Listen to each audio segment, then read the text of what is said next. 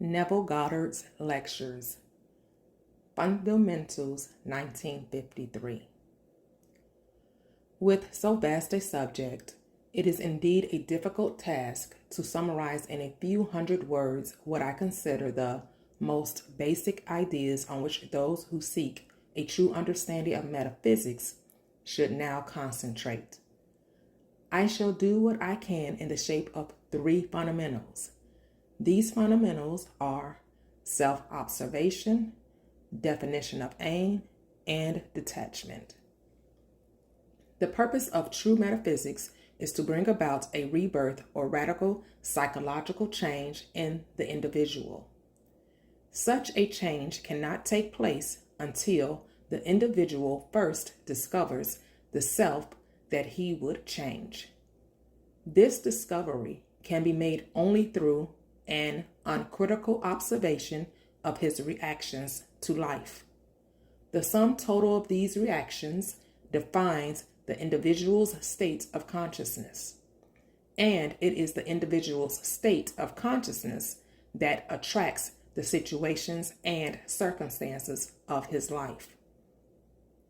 So the starting point of true metaphysics on its practical side is self-observation in order to discover one's reactions to life, reactions that form one's secret self, the cause of the phenomena of life. With Emerson, I accept the fact that man surrounds himself with the true image of himself. What we are, that only can we see. There is a definite connection between what is outer and what is inner in man, and it is ever our inner states that attract our outer life. Therefore, the individual must always start with himself. It is one's self that must be changed. Man, in his blindness, is quite satisfied with himself, but heartily dislikes the circumstances and situations of his life. He feels this way, not knowing that the cause of his displeasure lies not in the condition nor the person with whom he is displeased, but in the very self he likes so much, not realizing that he surrounds himself with the true image of himself, and that what he is, that only can he see. He is shocked when he discovers that it has always been his own deceitfulness that made him suspicious of others. Self-observation would reveal this deceitful one in all of us, and this one must be accepted before there can be any transformation of ourselves. At this moment, try to notice your inner state. To what thoughts are you consenting? With what feelings are you identified? You must be ever careful where you are within yourself. Most of it think that we are kind and loving, generous and tolerant, forgiving and noble. But an uncritical observation of our reactions to life will reveal a self that is not at all kind and loving, generous and tolerant, forgiving and noble. And it is this self that we must first accept and then set about to change. Rebirth depends on inner work on one's self. No one can be reborn without changing this self. Anytime that an entirely new set of reactions enters into a person's life, a change of consciousness has taken place. A spiritual rebirth has occurred. Having discovered through an uncritical observation of your reactions to life a self that must be changed, you must now formulate an aim. That is, you must define the one you would like to be instead of the one you truly are in secret. With this aim clearly defined, you must, throughout your conscious waking day, notice your every reaction in regard to this aim.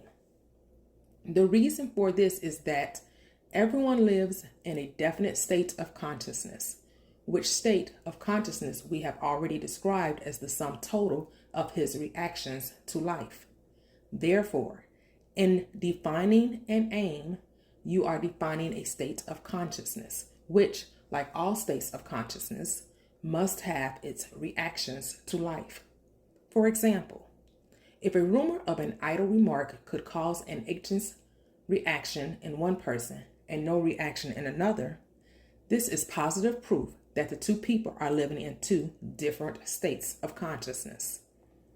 If you define your aim as a noble, generous, secure, kindly individual, knowing that all things are states of consciousness, you can easily tell whether you are faithful to your aim in life by watching your reactions to the daily events of life.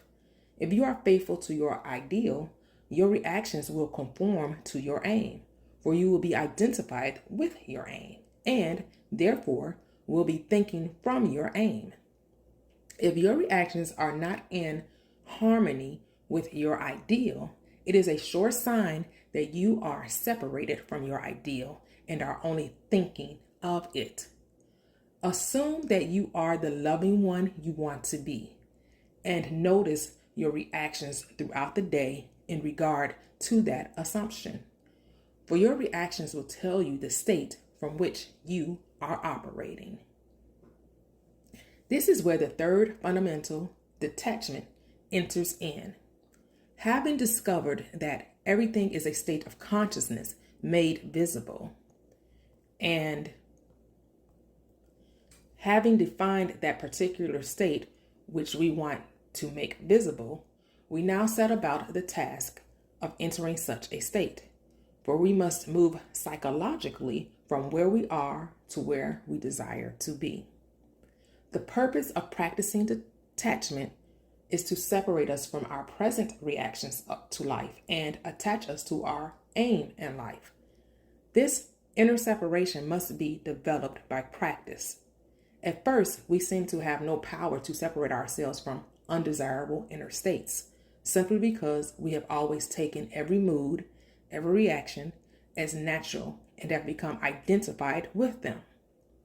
When we have no idea that our reactions are only states of consciousness from which it is possible to separate ourselves, we go round and round in the same circle of problems, not seeing them as inner states, but as outer situations.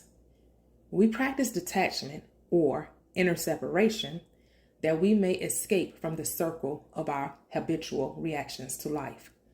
That is why we must formulate an aim and constantly notice ourselves in regard to that aim.